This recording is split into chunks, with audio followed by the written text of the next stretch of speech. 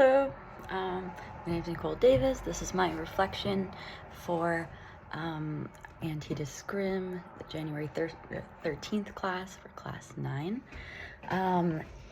We had the reflection question of why representation matters, and reading everybody's answers was, really eye-opening, of course, for me as a white person who's cisgender, and I've never really struggled to feel like I could achieve something based on because of how I look. And in fact, I always had it instilled in me that like I should be successful because I have, every opportunity possible, and I really do, and I always did.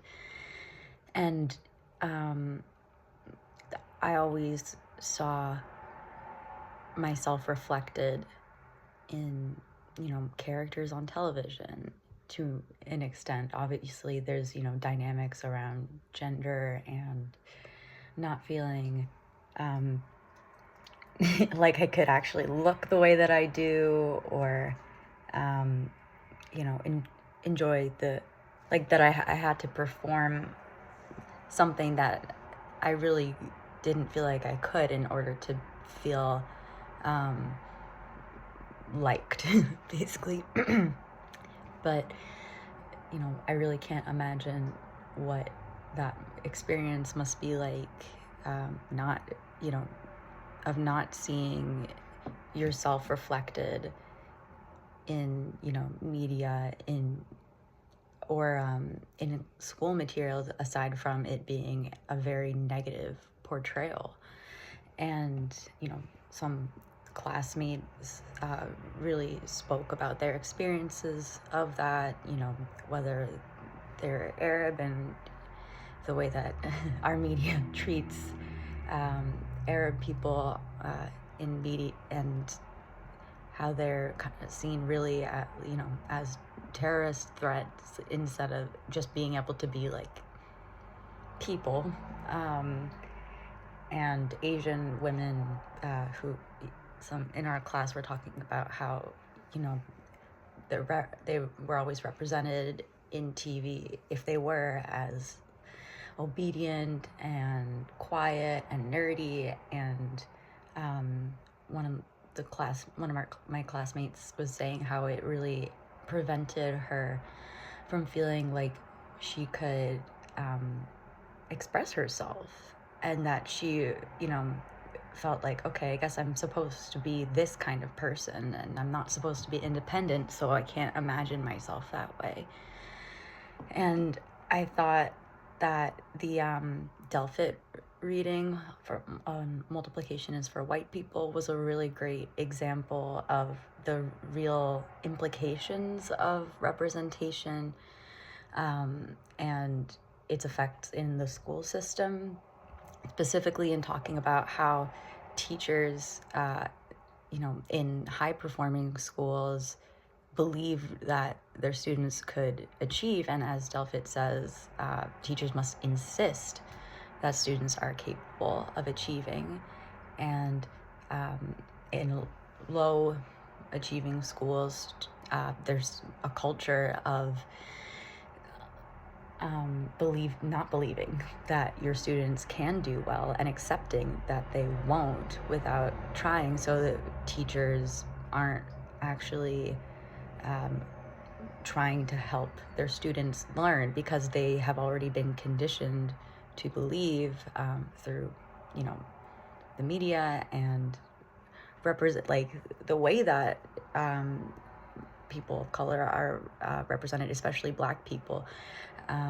They believe that they can't achieve, and so that's a story that they're already continuing and reproducing by not teaching them. And so I'm just going to talk a bit about the Delpit reading, because I thought it was really great. So I loved the quote that she used at the beginning, how nothing makes more of a difference in a child's school experience than a teacher. And I was really surprised by the study that she talks about, So first, she quotes Billings and saying that low-income and students of color are school dependent, meaning that privileged students can succeed in school and perform well on high-stakes tests without having good teachers, but that students who are not part of this mainstream really depend on schools to teach them what they need in order to succeed and achieve in life. And so, you know, and Delpit says, for children of poverty, good teachers and powerful instruction are imperative. And she talks about how you can really see this huge contrast in schools with low test scores and high test scores with the same demographics. How the teachers who believe that their students can actually succeed, those students do remarkably well and exceed all expectations.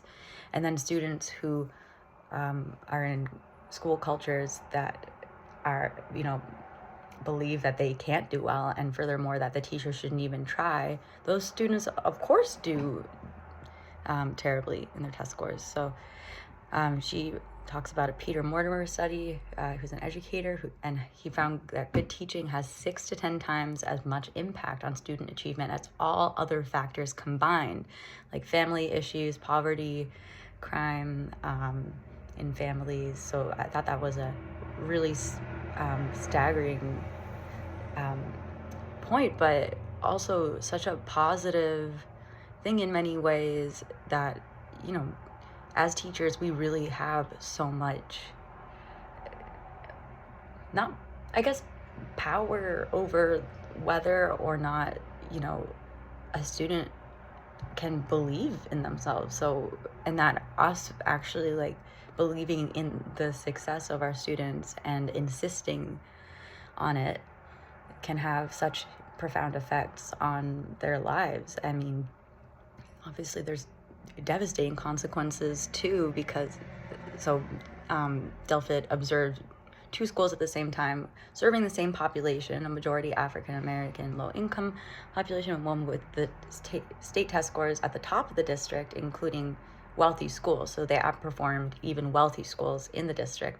And the other had the lowest test scores in the district, same population. So Delpit observed that she observed the teachers and saw that the high-performing school teachers were highly engaged with students. And at the low-performing school, teachers would just sit around while students completed worksheets. And even when she visited, many of the students were communicating to Delpit that they did not understand what to do on the worksheets. But the teachers didn't even seem to care about not helping the students, or that Delpit was watching them. So Delpit notes that the school's culture really seems to signal to the teacher that not teaching was okay, since, the teacher was being actively observed by an adult and still thought it was okay to just sit around while the students did worksheets that they expressly couldn't understand. They thought that was,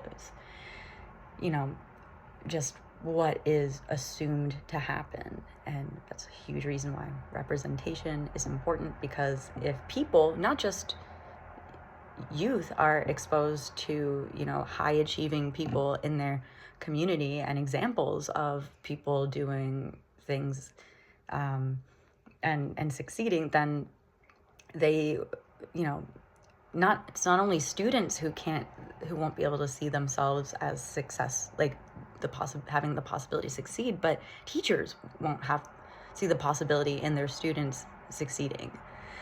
So Delpit says schools need a strong culture of achievement, and that teachers in schools without this culture are underperforming in their teaching. And I really appreciate that reframing of the concept of students underperforming as the school's culture and is really underperforming for their students.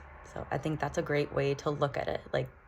In underachieving schools, it's not that the students are not achieving, it's that the teachers are actually not achieving. They're not doing their best for their students. So yeah, representation matters, because these teachers believe that their Black and low-income students cannot succeed and don't see how they are actually contributing to the systems that reinforce this racist narrative. And when teachers believe students can succeed and insist that they do, students actually do succeed in spite of all the other factors being, pushing against them. So I thought this was a really interesting reading and appreciate it. Thank you so much.